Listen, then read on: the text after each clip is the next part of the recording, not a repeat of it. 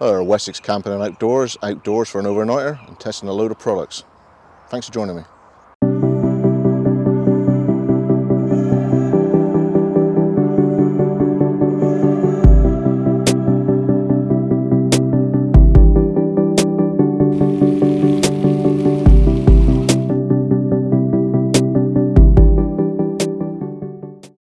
Hi, Wessex Camping and Outdoors.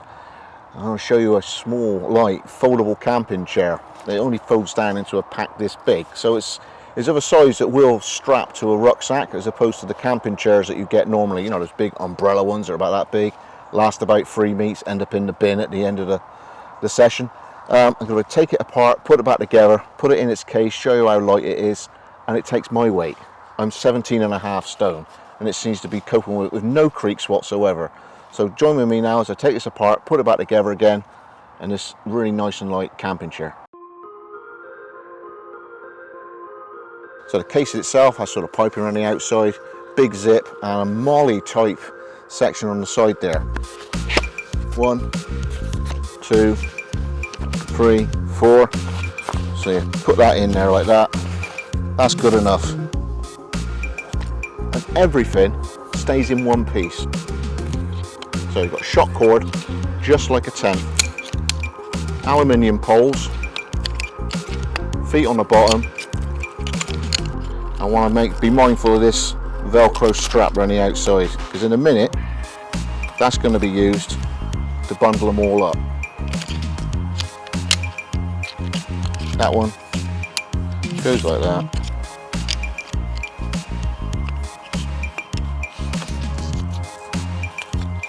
Bundles up into the bag. Put it back together again. Out of the bag. Undo the Velcro strap, and it all just starts flying together. They start going in on their own.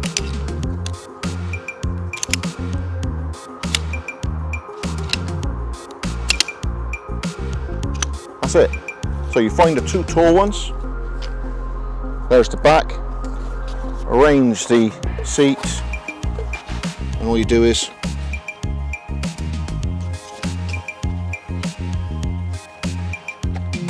first one goes on like that, and the last one you need a little bit of a force. So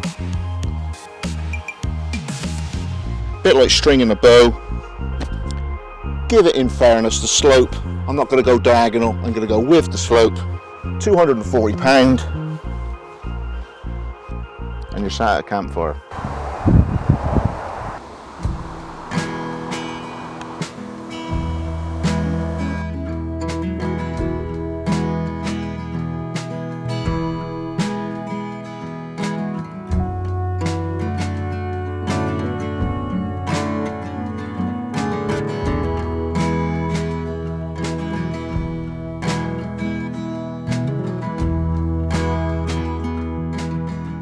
So this weekend we're using the Aldi Adventuridge 4-person tunnel tent. High value. So you got 2 long poles, 2 shorter poles.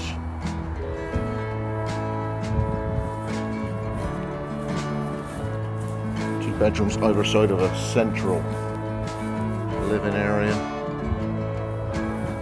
Drop down covers there for windows, drop down cover for windows, door rolls up. So Velcro guard there for a rain flap. That would be for a bedroom on the side. Center section, again bigger window, option of rolling up. It's those 2 little loops, or with the 2 eyelets there and there. Comes out as an awning.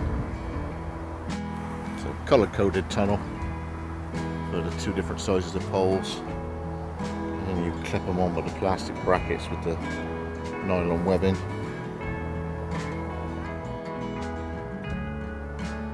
And you got high-vis, well, nylon strings and not paracord quality. But I've had a previous one and just as the life of the guys was going, that's when it was the end of the life of the tent. So I had 3 years out of a previous one, and a couple of big storms, including snow load, which is what killed it, as you can tell.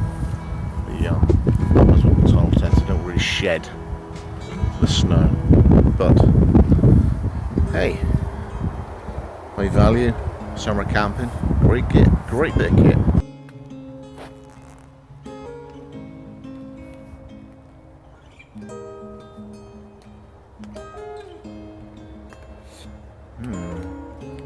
Rocking the Aldi Adventuridge 4-man tent, which is just about big enough for 2 blokes. We work out.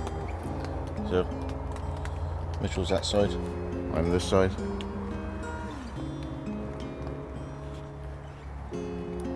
Shower-proof so far. Hurricane-proof? No, it's not hurricane-proof. No, trust me, I've done Edale. Tunnel tents are no good in decently strong winds. They just sort of skew over, go all soft and squishy. But this will do for today. Far more room than a little 2-man tent. Door each side, one that side, one this side. You've got to get the gussets done down there as well, on it, with the Velcro. But hey, it's doing it.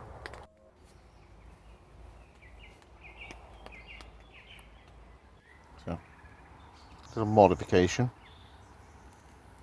because it was already poked a hole for the bottom of the tent plan, didn't it?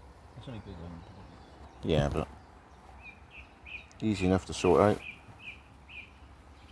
But when you sit in it, it doesn't go at all, does it? It doesn't make any noises. No, it doesn't worry about the fact that you're sitting on it, and we're slightly heavier than the average there. The average Joe. But yeah, so we put that underneath it, and it's just dealing with that now, isn't it?